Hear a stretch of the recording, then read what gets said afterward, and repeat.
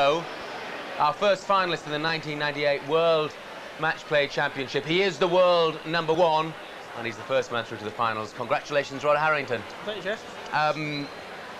Was it all about winning tonight, rather than the performance?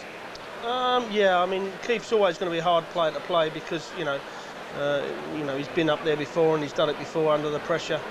I just tried to play my own game, and you know, I threw some great darts tonight and ended up going 20-20-20, and I couldn't get that in my head that, you know, they were great darts and don't let it worry you. And at certain times it did get to me a bit, you know.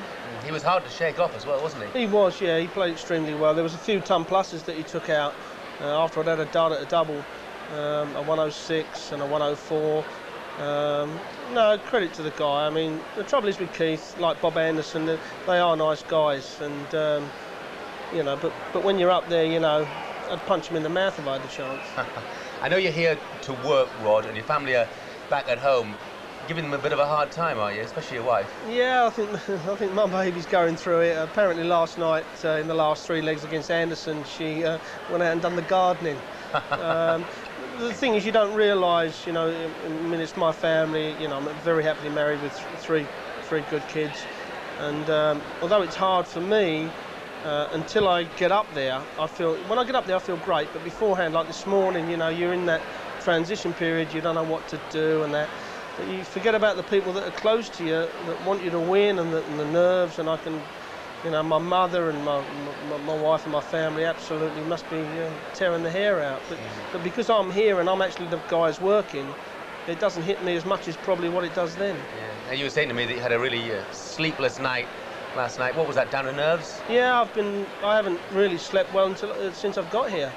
I think all the guys are the same, you know. I think probably a week to 2 weeks coming into a major tournament, you know. I think in any sport, if you talk to Ronnie O'Sullivan, who I know quite well, and Steve Davis, I think they're all the same. You know, you come in a major that you want to win. You know, it's your life. You know, you kill people for it, and you know, you have sleepless nights, you have dreams. I mean, I hate afternoon draws, and the only reason why is because I keep dreaming that I'm going to fall asleep and miss it. And it's stupid that it happens, because you know, you never miss it, but it gives you sleepless nights. But once the adrenaline starts to pump, you could go like 3-4 days without a sleep. But with the adrenaline, you can go up there. But now I'm back to the hotel and a good night's sleep, hopefully. Well, what an opportunity now, Rod. You're the world #1, and a chance to prove you're a worthy holder of it on the big stage. Yeah, I mean, I won the Masters in '91 on Sky. I think it was one of the first tournaments that Sky actually produced. And, you know, I've been a very good winner in open tournaments, and it's the 3rd time I've been world #1, but I've not actually won a tournament on Sky when they've been doing it properly. And I think it's about time, because I don't want to be like a Colin Montgomery of golf and be an absolutely brilliant player but never win a major. You know, I want to come here, and I was rooting for Phil Taylor last night, and my sponsor Paul Durant said, "What are you rooting for him for? You want him out?" I said, "No, if I'm going to win it, I want to beat him." You know, but there again, it don't matter who you beat. You know, when your name's on the trophy and you've got the check, it doesn't say who you've beaten. And I honestly believe it's my year. I mean, I won out in America, Canada, and in Switzerland. So if I win this one, it'll be 4 tournaments on the trot. And in today's game, with the amount of quality there is in the game, then you kind of, you know, certain times in the game you prove to yourself, hey, you're a good player. And last night against Bob Anderson, when I took the 1-2-1 out against really under the cosh, you know, you kind of look back on it and go, hey, you're not a bad dart player. Not a bad dart player. An understatement. Who do you think you'll be playing in the final?